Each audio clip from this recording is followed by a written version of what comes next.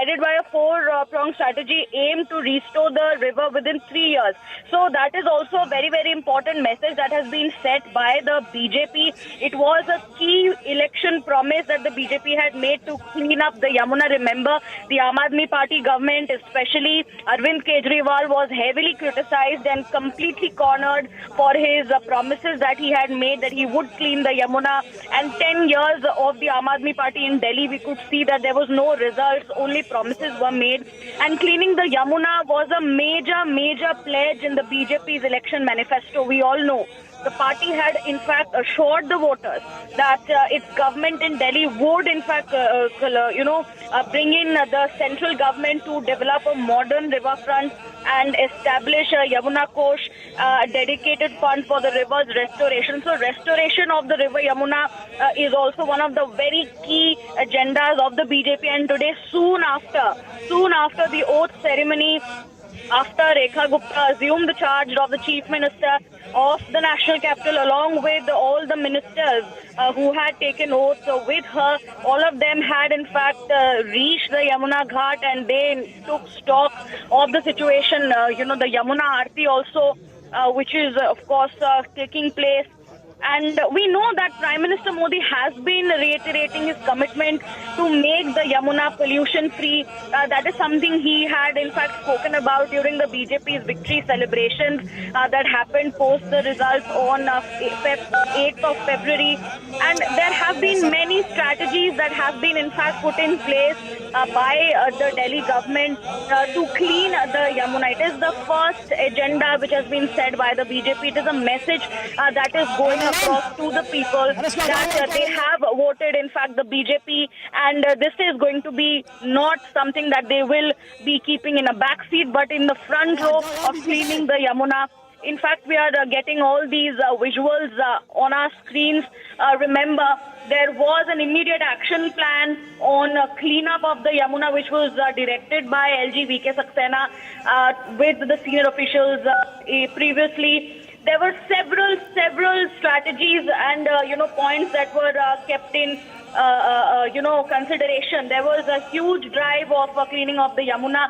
So yes, we know that the BJP is setting the tone very, very straight that cleaning of the Yamuna, cleaning the trash and the accumulated sludge from the Yamuna and the major drains will also be done very, very quickly. In fact, the sewage treatment is also another very crucial point. This is one of the first step that the BJP government in the national capital has taken to take a stock of Yamuna and to give the river Yamuna its due respect that it deserves.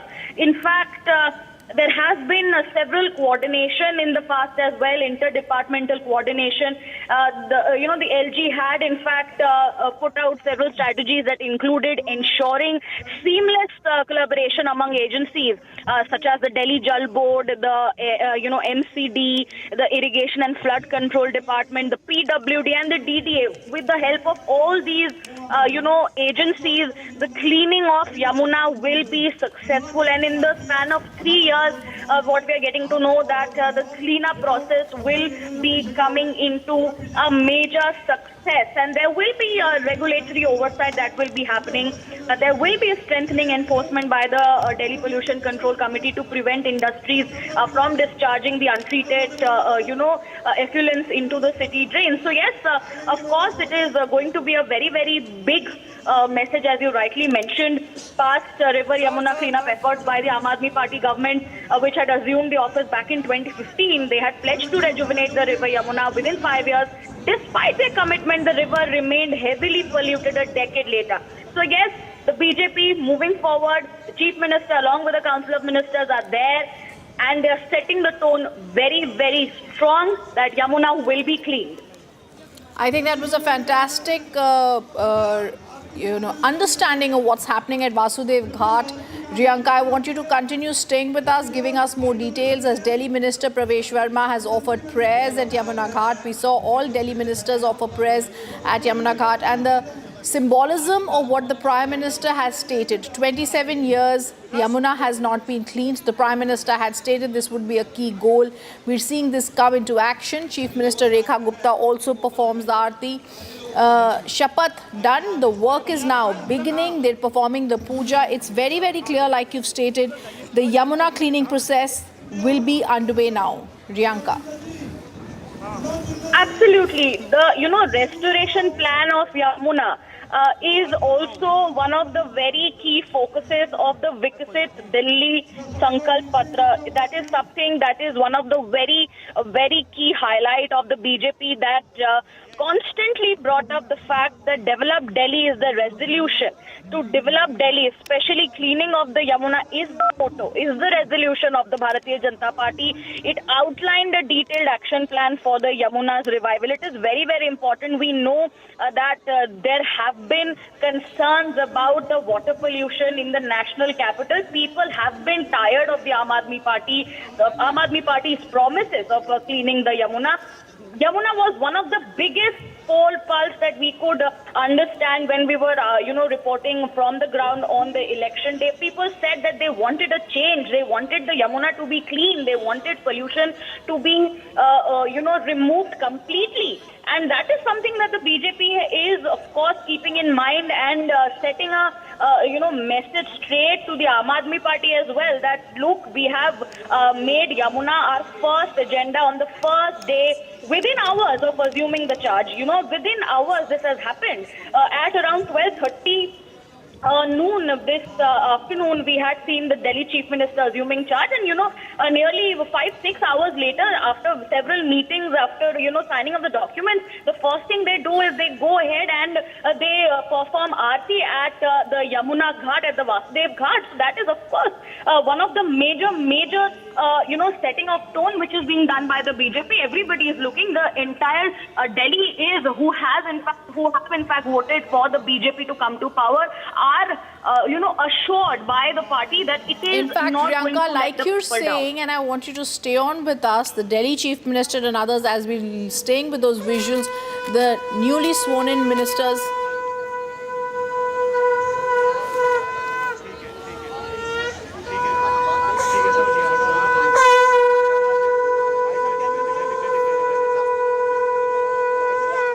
पीछे आ जाओ यार, पीछे आ जाओ इधर Republic, पीछे आ जाओ इधर यार, इनको बैठाओ सबको यार।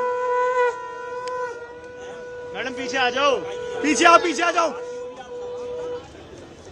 यार जूते पहन के जा रहे हो आरती के पास, पंडित जी जूते नहीं होने चाहिए आरती के पास। अरे हटाओ ना इनको यार।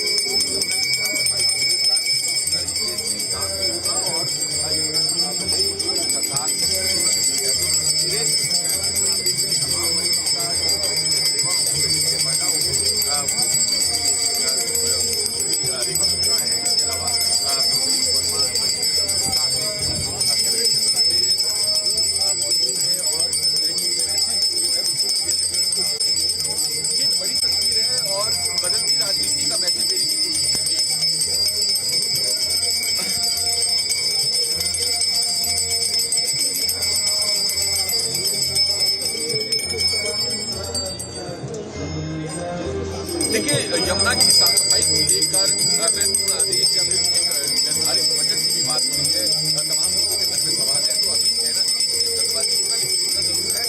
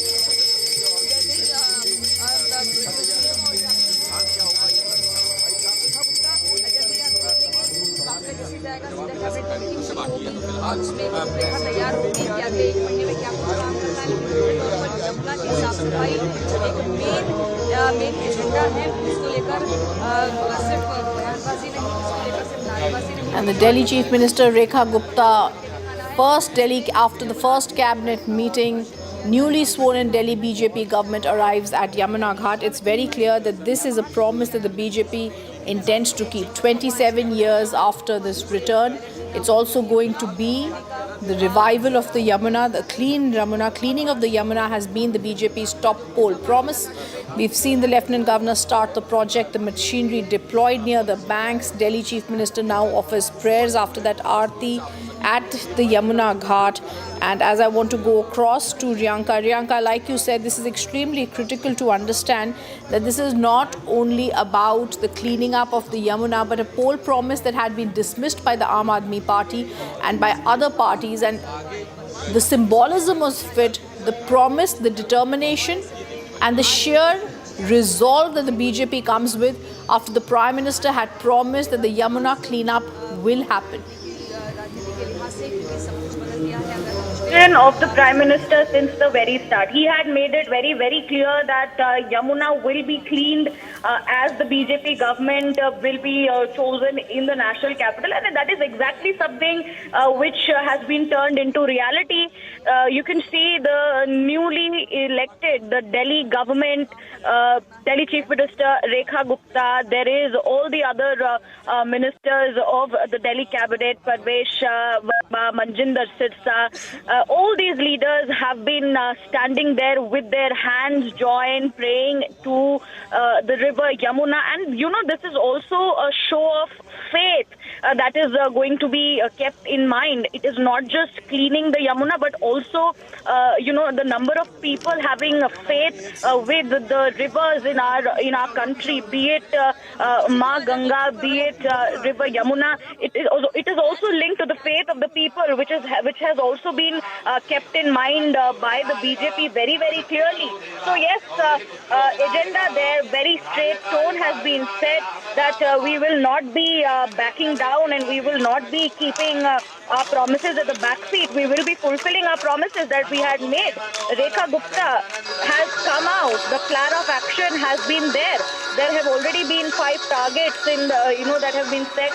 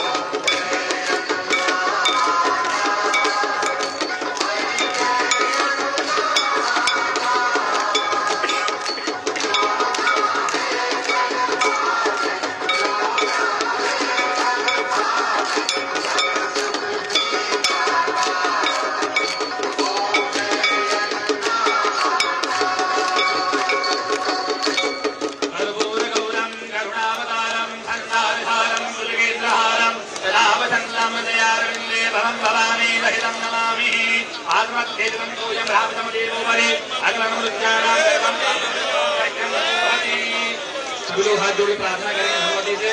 ओम विग्रहाय धीमहि तन्नो दन्ति प्रचोदयात्। देवाय धीमहि तन्नो विष्णु प्रचोदयात्। महालक्ष्मी विद्महे विष्णुपत्नी धीमहि तन्नो लक्ष्मी प्रचोदयात्। तत्पुरुषाय विद्महे महादेवाय धीमहि तन्नो रुद्रः प्रचोदयात्। ऐगिरिन्दनिनन्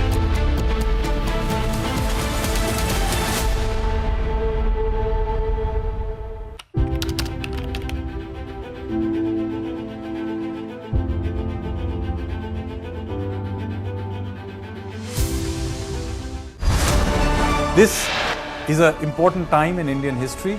We are at the cusp of when we can become firstly the world's third largest economy, but then over the next quarter of a century becoming a developed Viksit Bharat. At this summit, I am hoping to see a large number of young thought leaders, thinkers, and to see how they will be giving their efforts, ideas, etc.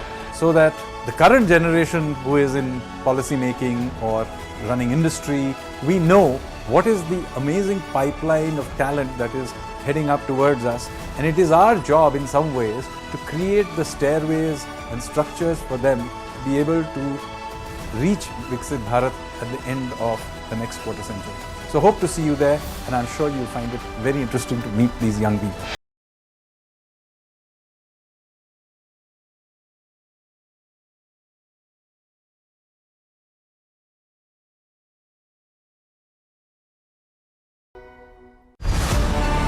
The Limitless India Youth Hackathon. Call for entries, Category 3, Deep Tech and Semiconductors. Deep tech, which could be either quantum computing, futuristic materials, genomics, biotech engineering, is what is going to drive India's innovation and change for the next decade. So I'm very excited that Republic Media Network is organizing a hackathon called the Limitless Hackathon for Youth. And this is an opportunity for anyone under 30 to be able to come out there with your ideas on deep tech. So if you have that idea, if you strongly believe in it, please do send in your pictures.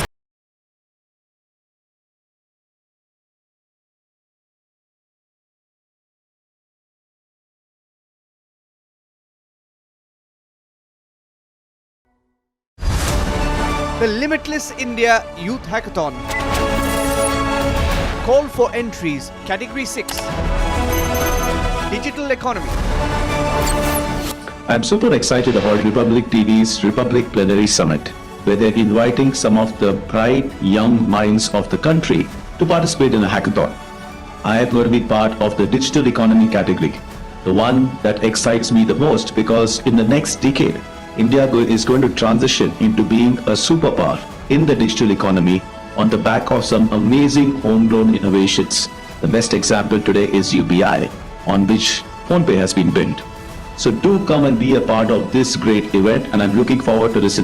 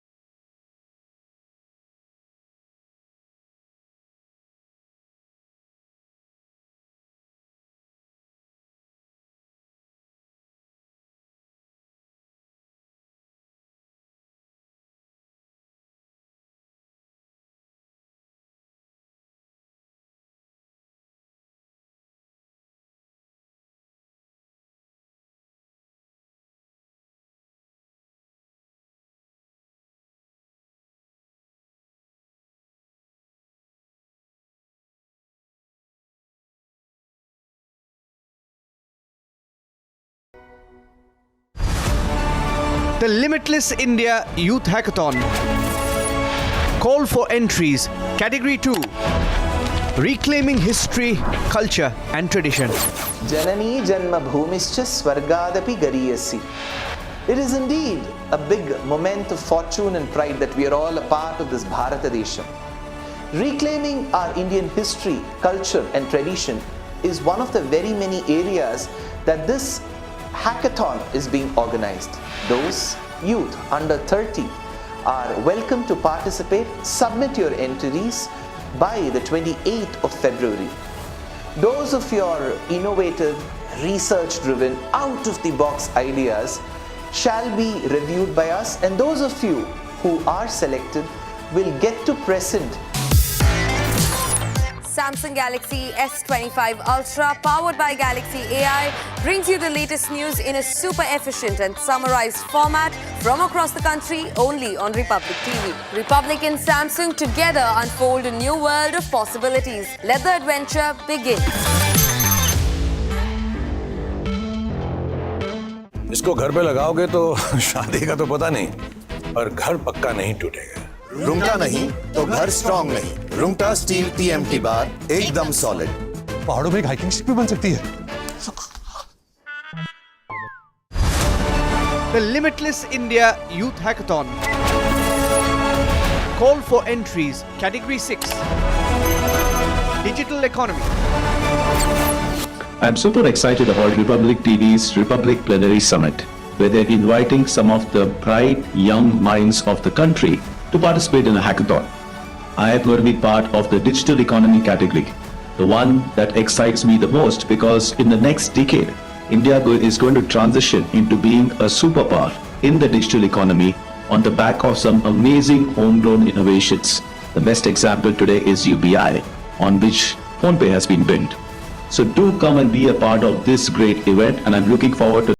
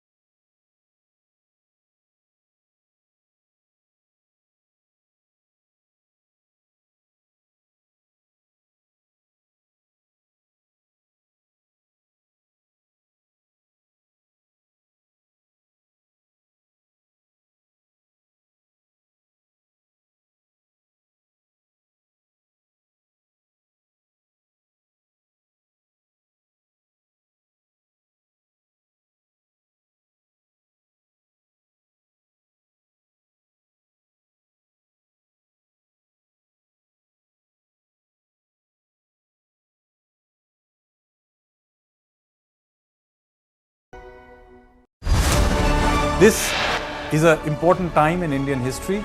We are at the cusp of when we can become firstly the world's third largest economy, but then over the next quarter of a century becoming a developed Viksit Bharat. At this summit, I am hoping to see a large number of young thought leaders, thinkers, and to see how they will be giving their efforts, ideas, etc., so that the current generation who is in policy making or running industry, we know what is the amazing pipeline of talent that is heading up towards us, and it is our job in some ways to create the stairways and structures for them to be able to reach Viksit Bharat at the end of the next quarter century. So hope to see you there, and I'm sure you'll find it very interesting to meet these young people.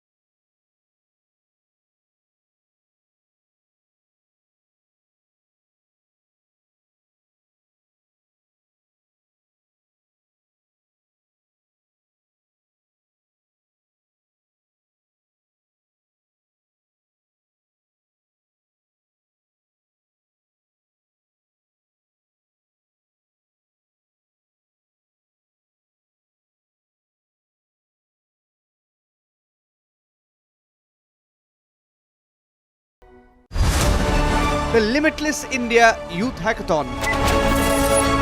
Call for entries. Category 4. Equity and Empowerment.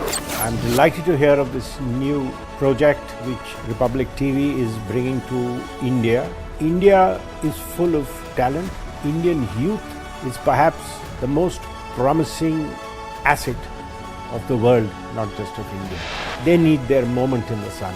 They need to be recognized, they need to be identified, and yes, they need to be praised. And I'm sure that this event organized by Republic will do all three for the younger generation.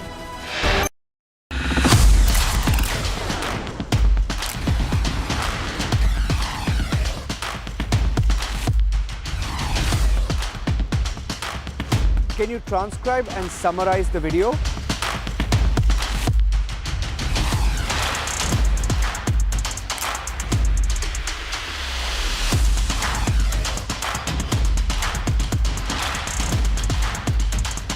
Thank you for joining us here on Republic TV. You're watching This is Exclusive.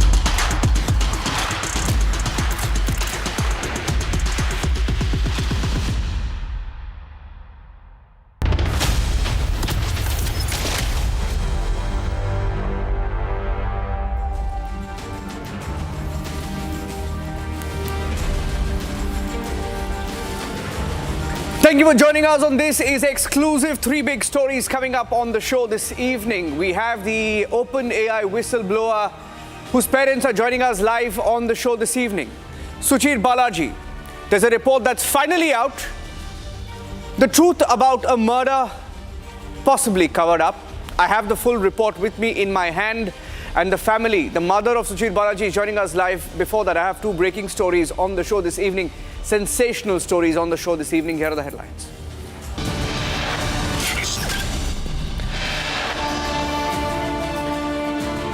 Sambal riots in Uttar Pradesh. The truth is out. Rioters say they wanted to kill Vishnu Shankar Jain. That was their mission.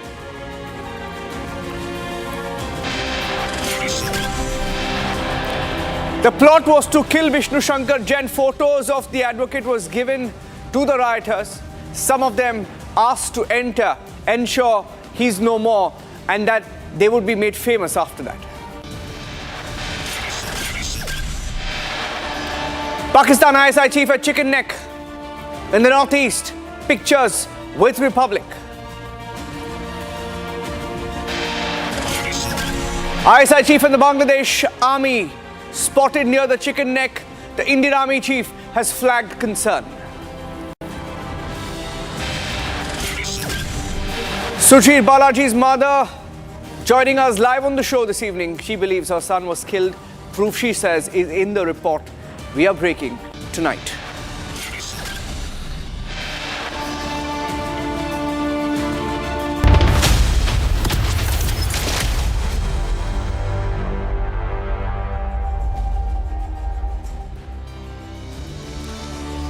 There has been an investigation on what really happened at Sambal.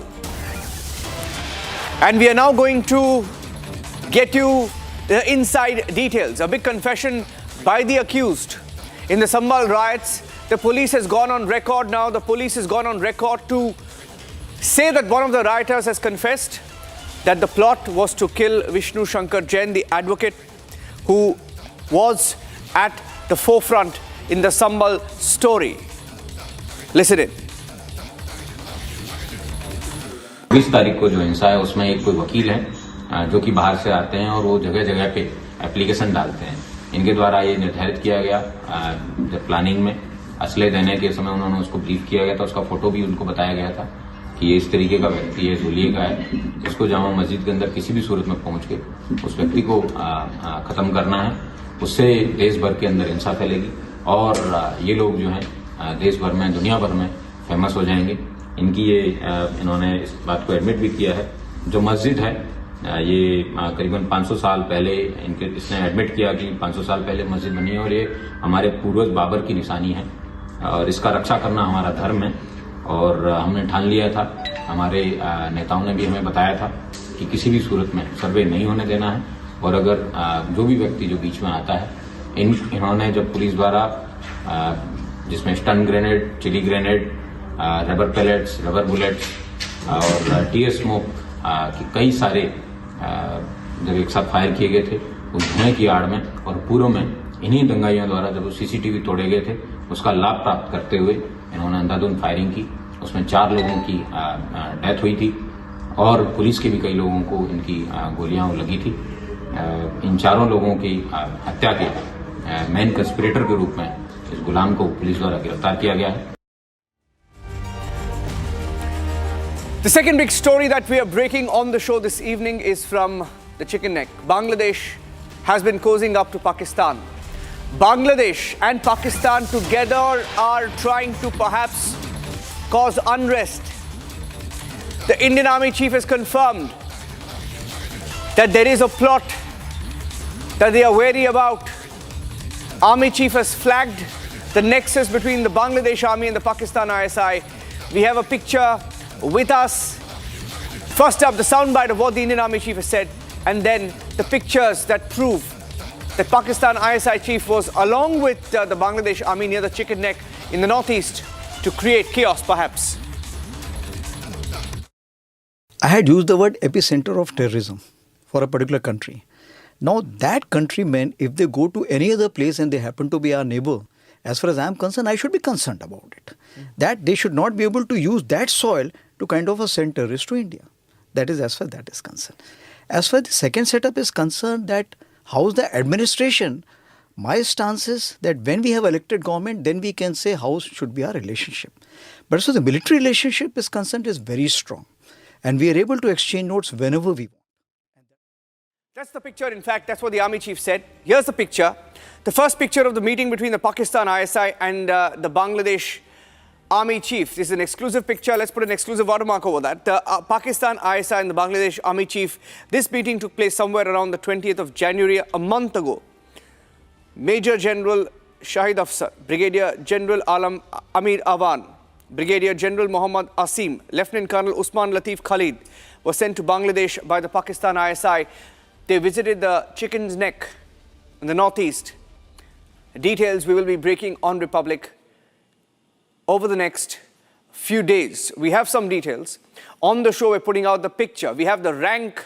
We have the ID number of these officers who are deployed by the ISI in Bangladesh as well. This is the big breaking story here on Republic. I'm moving on now from this story to another exclusive we have on the show this evening. Let's move on to the next big story.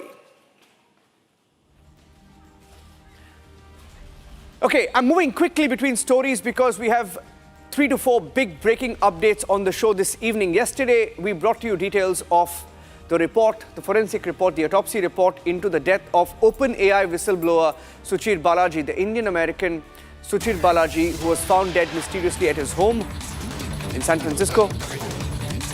The mother of Suchir Balaji is live on This Is Exclusive.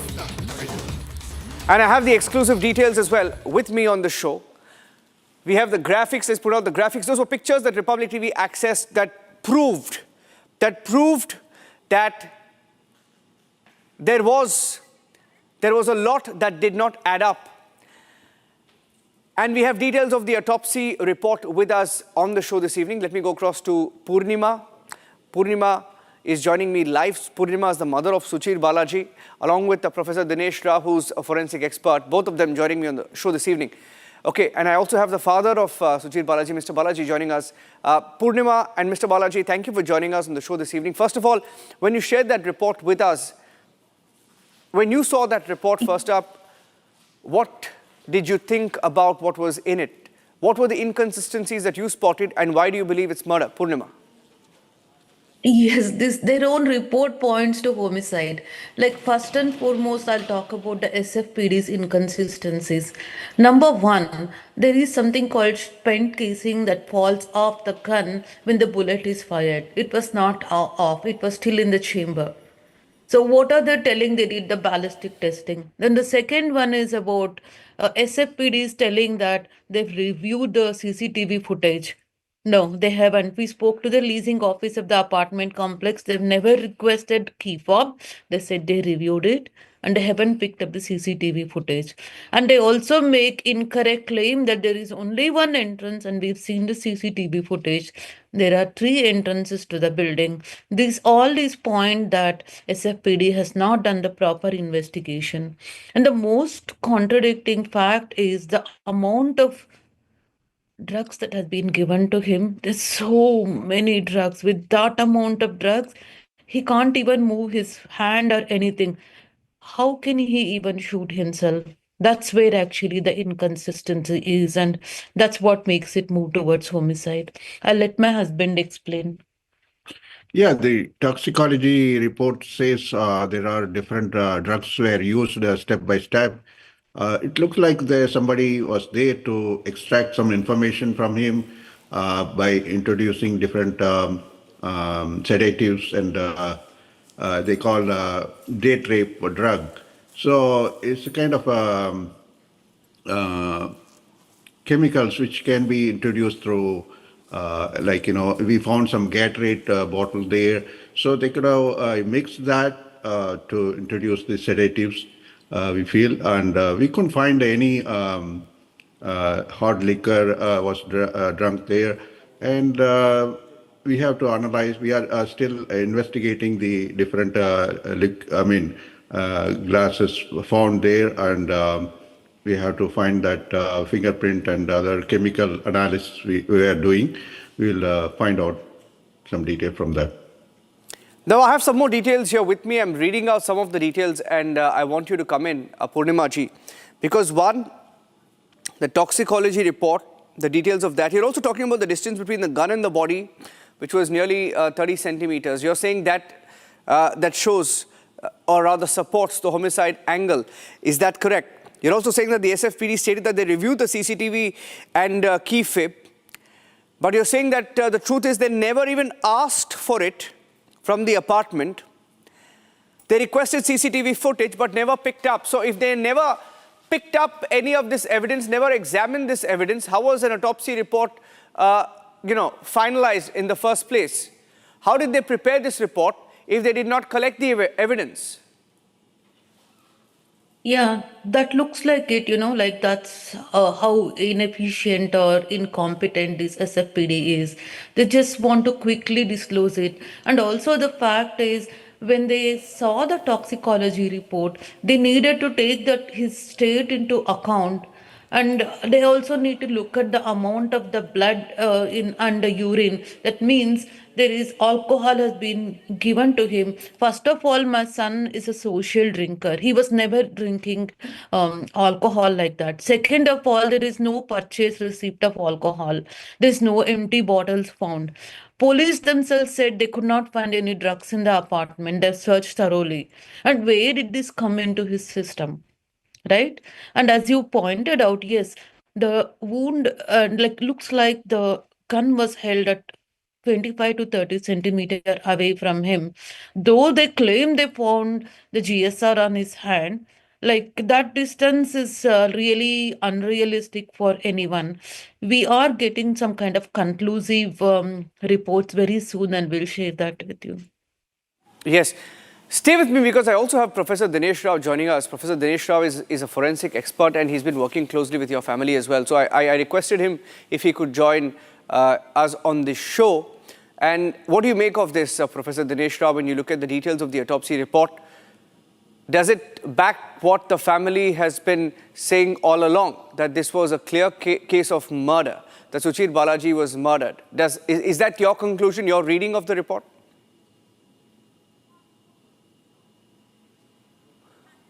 Can you unmute yourself, Professor Rao? You're muted. Can you unmute yourself, please, on Zoom? Yeah. Yeah, so the family did raise the doubts after the crime scene photographs were released. And after close observation, and their doubts were indeed valid, and it is scientifically valid. And based on those photographs, we had already stated that the crime scene was inadequate and unscientific and incomplete. And now, since the report is out, based on the report, it further endorses the concerns of the family. And the scientific facts which has been documented by the medical examiner's office itself contradicts their suicide theory. For example, like Purnima had rightly pointed out, see the presence of alcohol mixed with drugs, we call it as drug synergism, which increases the toxicity. That means to say, when the individual is not able to stand on his feet or able to control himself, how he is able to handle the gun? That is number one.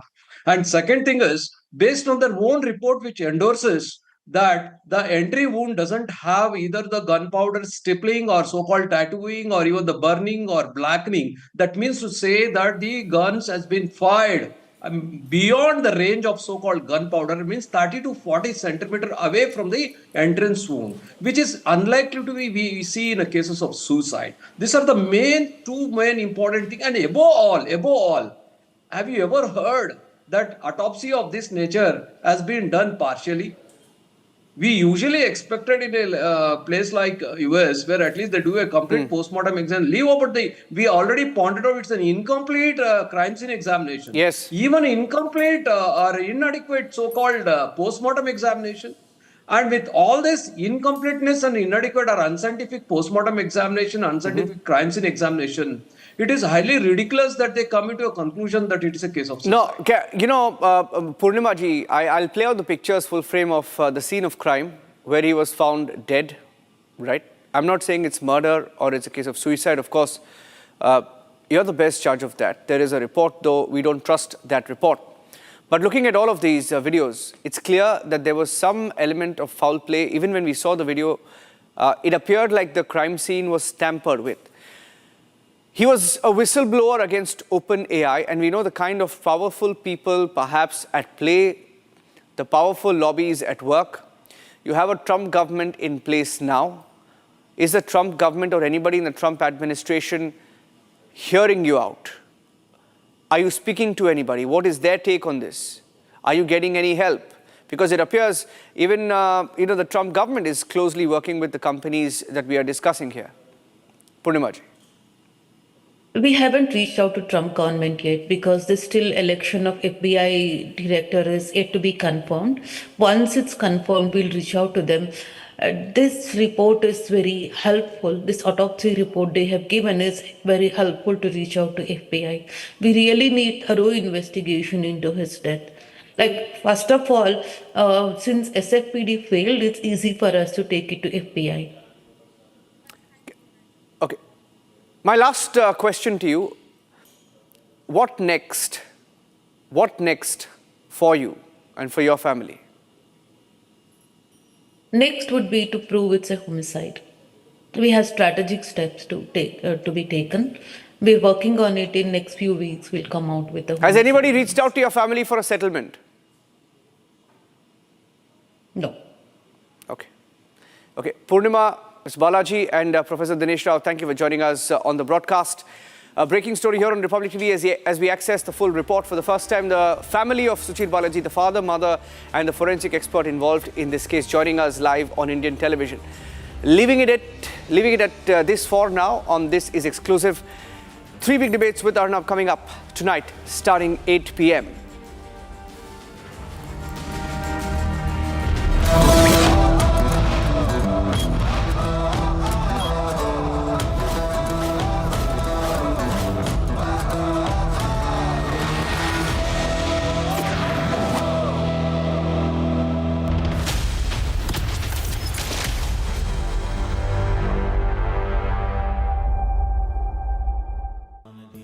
Amity has been ranked India's #1 private university in the recently released Education World Rankings.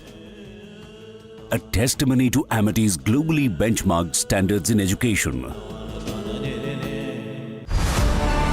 The Limitless India Youth Hackathon. Call for entries. Category 2. Reclaiming history, culture and tradition. Janani Janma Bhumischa Swargadapi Gariyasi.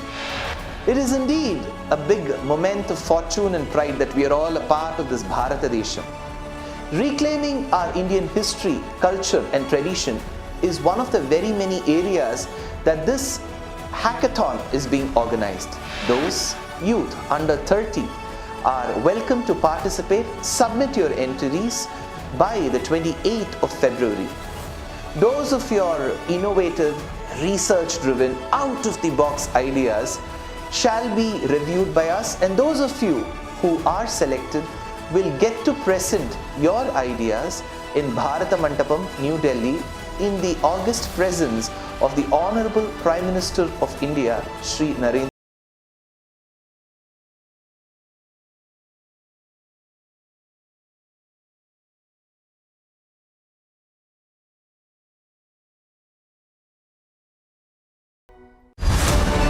The Limitless India Youth Hackathon.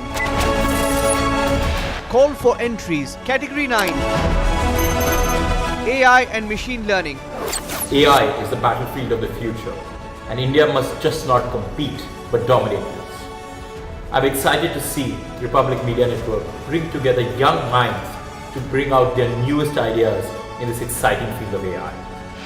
I want to see how your ideas can change India's future by using this limitless technology which can drive innovation, power economies, and truly change the face of the world.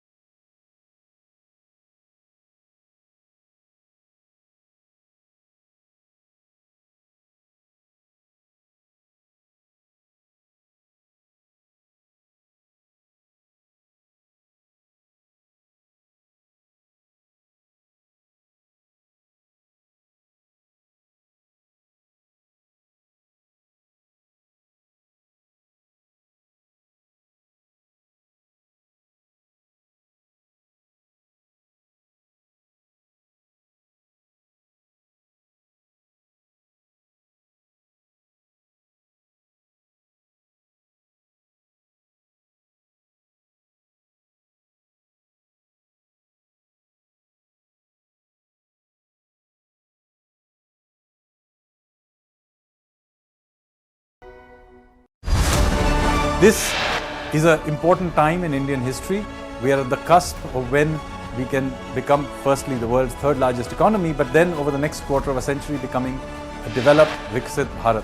At this summit, I am hoping to see a large number of young thought leaders, thinkers, and to see how they will be giving their efforts, ideas, etc., so that the current generation who is in policy making or running industry, we know what is the amazing pipeline of talent that is heading up towards us, and it is our job in some ways to create the stairways and structures for them to be able to reach Viksit Bharat at the end of the next quarter century. So hope to see you there, and I'm sure you'll find it very interesting to meet these young people.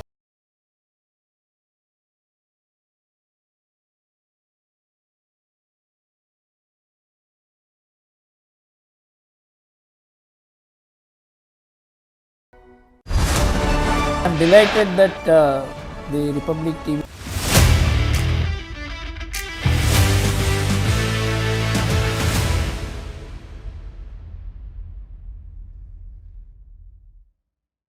इसको घर पे लगाओगे तो शादी का तो पता नहीं, पर घर पक्का नहीं टूटेगा। रूंगटा नहीं तो घर स्ट्रॉन्ग नहीं। रूंगटा स्टील टीएमटी बार एकदम सॉलिड। पहाड़ों में एक हाइकिंग शिप भी बन सकती है। Amity has been ranked India's #1 private university in the recently released Education World Rankings. A testimony to Amity's globally benchmarked standards in education. I'm delighted that the Republic Plenary Summit is being held on March 6th. I've been a participant in the summit in earlier years. It's a remarkable event. I wish it all the best and all success.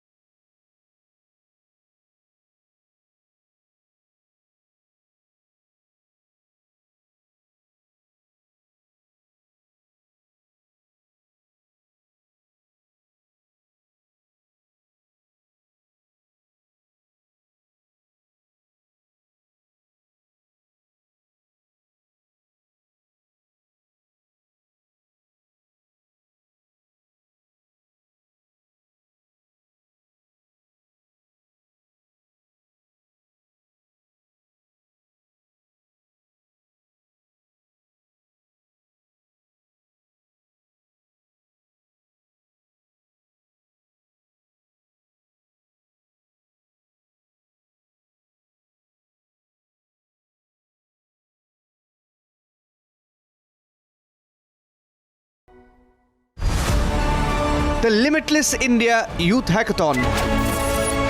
Call for entries. Category 2. Reclaiming history, culture and tradition. Janani Janma Bhumischa Swargadapi Gariyasi. It is indeed a big moment of fortune and pride that we are all a part of this Bharata Desham. Reclaiming our Indian history, culture and tradition is one of the very many areas that this hackathon is being organized. Those youth under 30 are welcome to participate. Submit your entries by the 28th of February. Those of your innovative, research-driven, out-of-the-box ideas shall be reviewed by us, and those of you who are selected will get to present your ideas in Bharata Mandapam, New Delhi, in the august presence of the Honorable Prime Minister of India, Shri Narendra